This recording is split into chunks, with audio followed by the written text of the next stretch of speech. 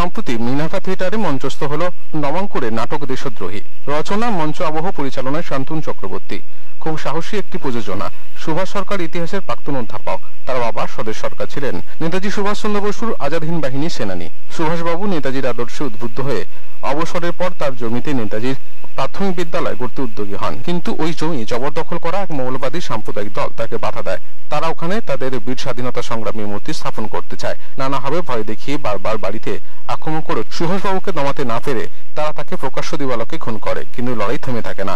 সুভাষবাবুর স্কুলের স্বপ্ন বুকে নিয়ে তার ছাত্র বিনয় বাদল দীনেশ, প্রীতিলতা সকলকে সঙ্গে নিয়ে পথে নামে। সত্যি অসাধারণ একটি নাটক। সুভাষবাবু যখন ইতিহাস ঘেঁটে প্রমাণ করে দেন ওই মৌলবাদীদের স্বাধীনতা সংগ্রামী বীর আসলে ব্রিটিশদের কাছে মুচলেখা দিয়ে সেলুলার জেল থেকে ছাড়া পেয়েছে, তখন মৌলবাদীরা আরো ক্ষিপ্ত হয়ে ওঠে। তখন তিনি বলেন ওই স্বাধীনতা সংগ্রামী ভাস্করন আসলে ব্রিটিশদের হয়ে কাজ করার জন্য 60 টাকা করে পেনশন নিত এবং ওই মৌলবাদী সাম্প্রদায়িক দলের প্রধান তাকে বাড়িতে এসে শাসিয়ে যায়।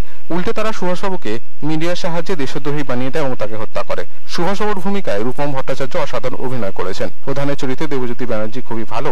দীনেশের ভূমিকায় শঙ্করনাথ মল্লিকও সুন্দরভাবে তার চরিত্র ফুটিয়ে তুলেছেন। বিনয়ের চরিত্রে অভ্রজ্যোতি ব্যানার্জি বেশ ভালো। প্রীতিলতার ভূমিকায় চন্দ্রিকা বেশ স্মার্ট এবং সপ্রতিভ।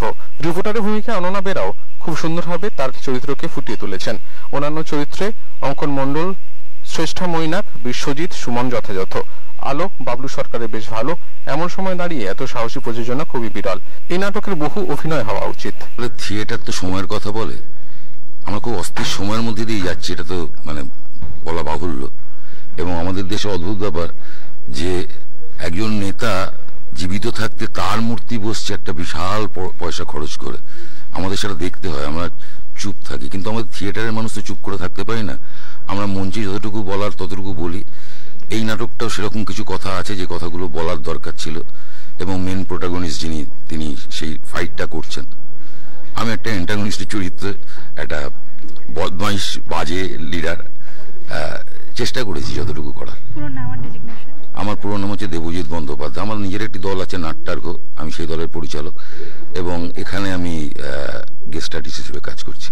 সেই স্বাধীনতা আন্দোলনের সময় থেকেই তো সেই অরাজকতার বিরুদ্ধে নানানভাবে বিপ্লবীরা তাদের নিজেদের ভাষায় তাদের প্রতিবাদের স্বর বজায় রেখেছিল।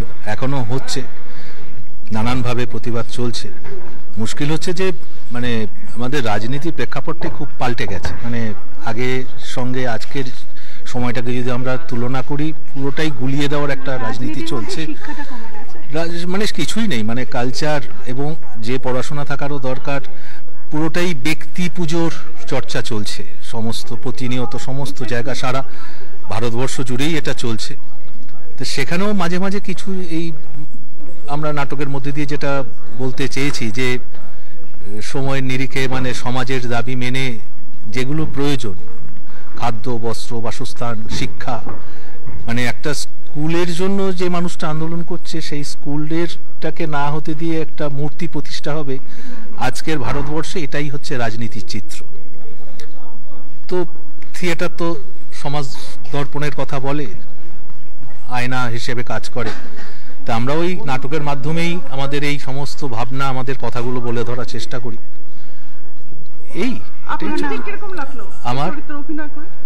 আমি চেষ্টা করেছি আমার এই চরিত্রের একটা সম্পূর্ণ একটু অন্য ধরনের চরিত্র।